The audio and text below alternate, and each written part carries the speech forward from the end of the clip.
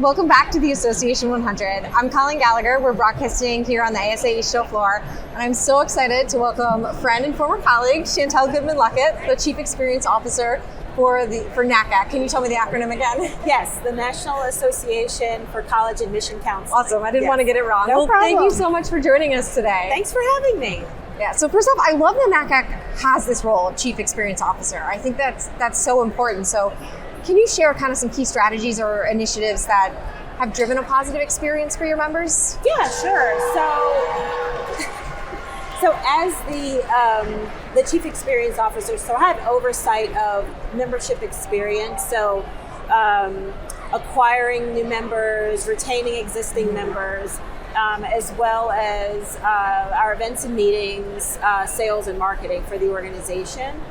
I think that if we take a step back and think about like why people would even become a member of NACAC, Right. A big part of that is the community that we provide of college admission professionals. And so, you get community, obviously, like when you're at a conference, our annual people want somewhere to conference. belong and feel like others are in the same situation. Exactly. The whole sense of belonging, I think, is important. And, when you are part of a membership driven organization, it's like just remembering that this is part of their personal identity as well. So that's really important. Just in terms of just some initiatives. So it's interesting. So about a year and a half ago, we conducted a technology audit. Okay. And I think that much of what we thought or what we felt was confirmed. It's always interesting because you're never quite sure. Exactly. So, we wanted to streamline the process for someone becoming a member, to make that just to simplify it, remove some of the redundancies. And no one has time for anything extra. Making it simpler. So, we've made some really great new hires. Our director of membership experience, came in and said, okay, it's just been really great just seeing just the evolution in such a short amount of time of the organization. Yes, definitely easier, more streamlined membership application process. Mm-hmm. But also we launched chat on the website. Oh, nice. So we've got we're using the chat bots and all that kind of stuff. And it's just really cutting down the amount of time that the team has to spend on the phones and responding to emails and things like That's that. Huge. That's really, really huge. And we did it as a test, and it just really caught on, and so we're going to leave it. The other thing is that came out of that technology audit, and again, that we figured as much, was just our website. A bit clunky and members come to us for resources and information, and it was difficult. It was interesting because prior to coming to NACAC, I had my perspective of just how much the organization did was here. But then when I started and I'm talking to people and I'm like, you guys did what? You've done what? This is amazing. But then my question was, well, where is it? Where is it? Can't know where to find right? it. Couldn't find it. Does it matter? Yes, so we migrated our website to a brand new platform in under a year, just last year. The navigation is easier. It's just a more vibrant, more welcoming experience. We also launched an online community called NACAC Engage. So you guys are busy. Oh my God, it's been a little busy. NACAC Engage, that launched earlier this year. Okay, great. And that's been fantastic.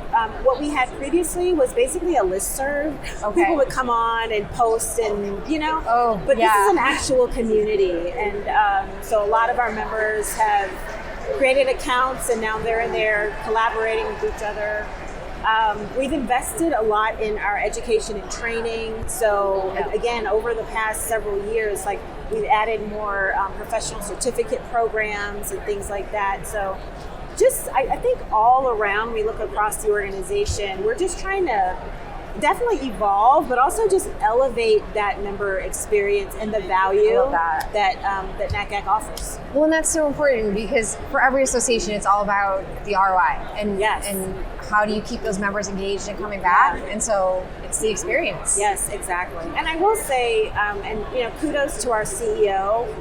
He is a very outward-facing CEO. That's important. I think that our advocacy efforts, we just hired a director of advocacy recently, and so our members are extremely happy, especially with so much going on in college admissions right now. So that's a very key role, and there's a lot of more work that we're going to be doing there as well. Well, speaking of things going on in college admissions, obviously there was a big Supreme Court ruling. How have your members reacted? How is this impacting them around affirmative action? Yeah, so, it's interesting because before the Supreme Court ruling, when we did our member needs survey, what we heard from them, which is I think a lot of organizations are hearing and seeing, is burnout, work-life balance. Like that's a big issue. And then this. So it was just like, I feel for our members. NACAC, obviously, we're disappointed. We're really disappointed because the ruling, it disregards the need and the benefit of diversity when it comes to the student experience and also just the need for it on a college campus. Right. We need diversity. We need it in order for our nation to be competitive, right? And I don't know, like our message, the education community, our message to students of color is like, you are valued, your perspective is valued, your perspective is needed and it's necessary on college campuses.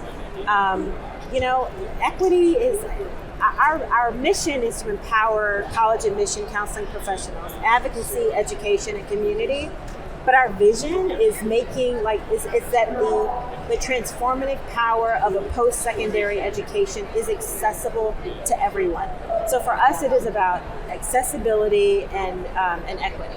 Yeah. Well, I love that you're working on getting that message out because with that ruling, that's more important now than ever for people to hear that. Yes, and then this fall, our annual conference, our theme is the power of us. Because we were trying to, just given the feedback and we know what our members are experiencing and going through, there's certain things that are happening that they may not as an individual have direct control over. So like the Supreme Court decision and other things, the cost of college admission, college education. But there are things that they do have control over that makes us stronger. Yep. And so our conference this year is going to celebrate our collective strengths. That's really powerful. When we get together. So yeah. That's awesome. Well, and thinking about the admissions process from the other side, from the students, that's such a daunting process for students, their parents. Yes. How do you equip your members to help them have a great experience? Yeah. So we have really great resources. So one of the things that we did, and we only knew this because of primarily through the chat that we had launched. Yeah. Because we've been very professional focused and we offer college fairs. And so what we saw that students and their parents were coming to NACAC through the chat to ask us questions about the college admission process.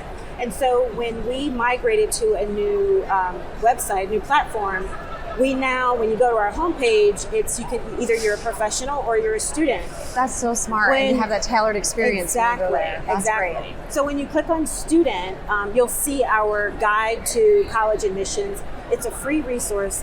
It walks students and families and counselors through the process, as well as gives them help when it comes to all of the applications and things that you're having to fill out. Yep. FAFSA, so confusing. Brings back memories, right? Yes. So that's one. We also have College Admission Decoded. That's a podcast that we offer as well. Cool. And then our college fairs. So we are pre-COVID. We had anywhere from 60 to 65 college fairs that we were doing around across the country. And now we're back up though to 40, which is really good. Yeah. And then this fall we are launching our first, our global universities fair in London. No way, how exciting. So really excited about that. That's really cool. Yes. Very cool. Yeah. Well, anything else on the horizon that you're really excited about?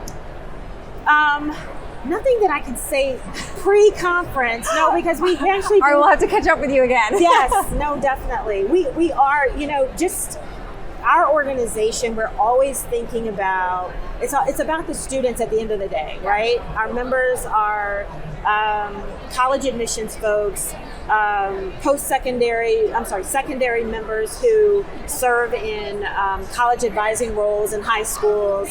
We have independent education consultants, community-based organizations. We have some retirees, and we have some students. You got everyone. Yes. So when we look at our membership, it is about like assisting them, and as they assist the students and families. So we're looking at technology and different ways to improve that connection. Yep. Right now for us, it is definitely like our college fairs, they're huge, and when from the very beginning to the end, from the time they are awarded scholarships, they're accepted. So we're looking at that quite a bit here lately. Well, that's awesome, and we'll follow up soon to see what you guys are up to after conference. Awesome. Thank you so much. So great to see you guys. Absolutely. Thanks for joining us on the Take care. A100.